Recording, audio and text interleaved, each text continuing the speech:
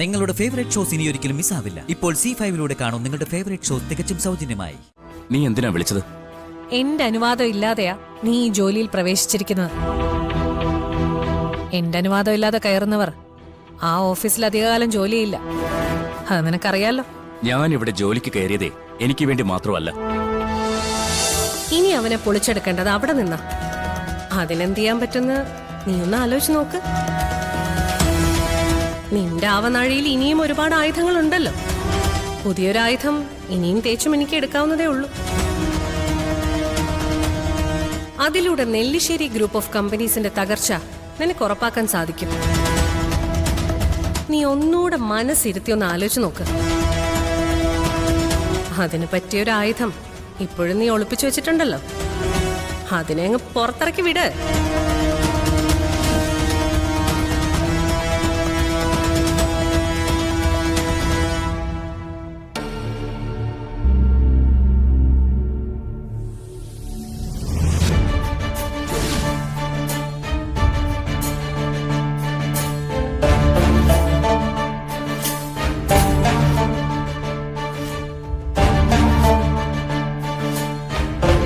Hello, ഇത് ഞാനാ, Avanthika.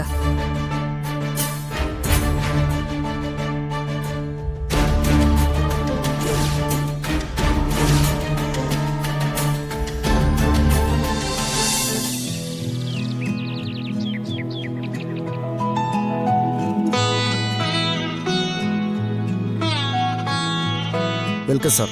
Thank you. കുറെ നാൾ കൂടിയല്ലേ സാർ ഓഫീസിലേക്ക് വരുന്നത്, അതും പ്രൊമോഷനോട് കൂടെ. ഇതാണ് സാറിന്റെ ഡിപ്പാർട്ട്മെന്റിലെ superintendent Renuka. Hello. Hello Renuka, purchase ഡിപ്പാർട്ട്മെന്റിന്റെ എല്ലാ ചുമതലകളും ഇനി മുതൽ ധനുഷിനായിരിക്കും. അറിയാം സാർ. സേതുമാധവൻ സാർ ഇന്നലെ തന്നെ എല്ലാം വിളിച്ചു പറഞ്ഞിരുന്നു. ഓ,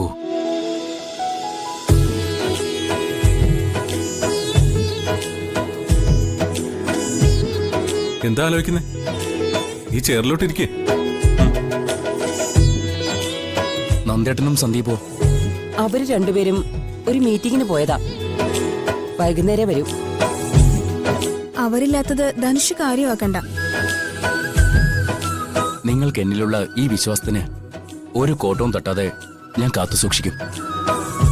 പണ്ട് ഈ ഓഫീസിൽ ജോലി ചെയ്തിരുന്ന ധനുഷ് ആയിരിക്കില്ല ഇനി ഞാൻ. അല്ലെങ്കിലും പണ്ടത്തെ ധനുഷ് സാർ അല്ലല്ലോ ഇപ്പോ. സാർ ഇപ്പോ MD-യുടെ മരുമകനല്ലേ. ഓഫീസ് വേറെ, വീട് വേറെ. അതാണ് എൻ്റെ ഒരു രീതി. വ്യക്തിപരമായ ബന്ധങ്ങൾ ഒരിക്കലും ജോലിയുമായി കൂട്ടിക്കുഴയ്ക്കാൻ ഞാൻ ആഗ്രഹിക്കുന്നില്ല. ധനുഷ കസേരയിലൊന്ന് ഇരുന്നേ, ഞങ്ങളൊന്ന് കാണട്ടെ.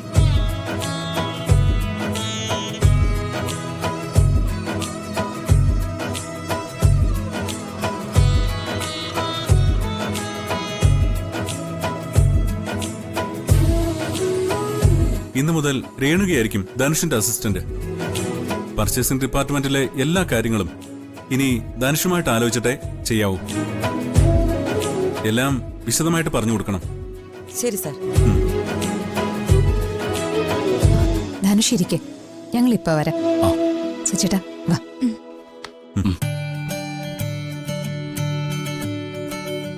സാറിന് കോഫി വേണോ? ആ, ശരി. ശരി സാർ. രേണുക, ആ. ഒരു മിനിറ്റ്. എന്താ സാർ? പർച്ചേസ് ഡിപ്പാർട്ട്മെന്റിലെ പെൻഡിംഗ് ഫയലുകളെല്ലാം എനിക്കൊന്ന് കാണണം. പിന്നെ ലാസ്റ്റ് 3 monthsലെ മുഴുവൻ പർച്ചേസ് ലിസ്റ്റും വേണം. ശരി സാർ. പൊയ്ക്കോളൂ.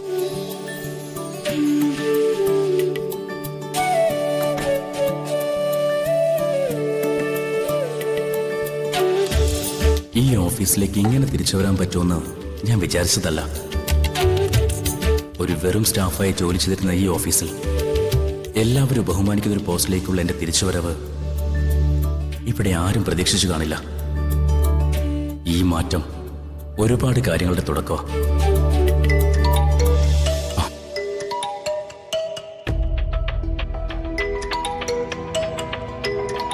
ഈ കസേരയിൽ ഇരുന്നതിന് ശേഷമുള്ള ആദ്യത്തെ കോളാണ്. എന്നോടുള്ള കലിപ്പിലായിരിക്കും ഇപ്പൊ വിളിക്കുന്നത്. എന്തെങ്കിലും പറഞ്ഞ് ഇവളെ കൂളാക്കിയേ പറ്റൂ, ഇല്ലെങ്കിൽ അത് പണിയാവും.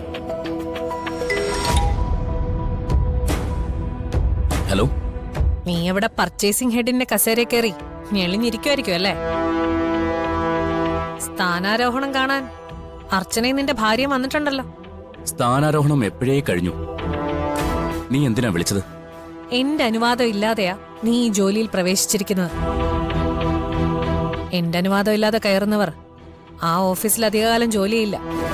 അത് നിനക്കറിയാലോ. ഞാൻ ഇവിടെ ജോലിക്ക് കയറിയതേ എനിക്ക് വേണ്ടി മാത്രമല്ല. പിന്നെ നിന്റെ അനുവാദം വാങ്ങാതിരുന്നത് അതെന്തുകൊണ്ടാണെന്ന് ഞാൻ പിന്നീട് പറയാം. പക്ഷെ ഇതെല്ലാം നമ്മുടെ ലക്ഷ്യത്തിലേക്കുള്ള ഒരു ചവിട്ടുപടിയാണെന്ന് മാത്രം നീ മനസ്സിലാക്കിയാൽ മതി. നീ പറയുന്നത് ഇനിയും ഞാൻ വിശ്വസിക്കണം അല്ലേ? വിശ്വസിക്കോ വിശ്വസിക്കാതിരിക്കോ ചെയ്യുന്നതൊക്കെ നിന്റെ ഇഷ്ടം.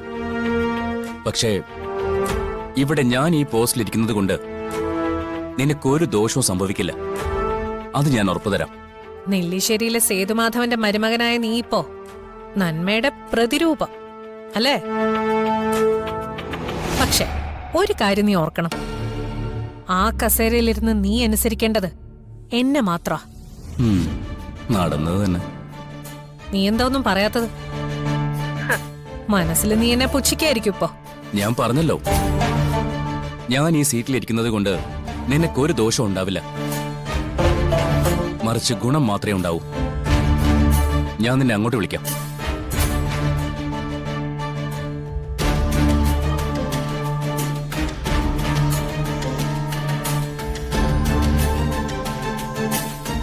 എന്താവും പറഞ്ഞതിന്റെ അർത്ഥം? ആ പോസ്റ്റിലിരിക്കുമ്പോ എനിക്ക് ഗുണമുണ്ടാകുമെന്ന് പറഞ്ഞാ അതിനർത്ഥം എന്താ? അവൻ ഇതുവരെ സ്നേഹയോട് കാണിച്ചതൊക്കെ അഭിനയാണെന്നാണോ? അതോ എന്നോടിപ്പോ കാണിക്കുന്നതാണോ അഭിനയം? എന്താ അവന്റെ മനസ്സിലെന്ന് മനസ്സിലാക്കാൻ പറ്റുന്നില്ലല്ലോ.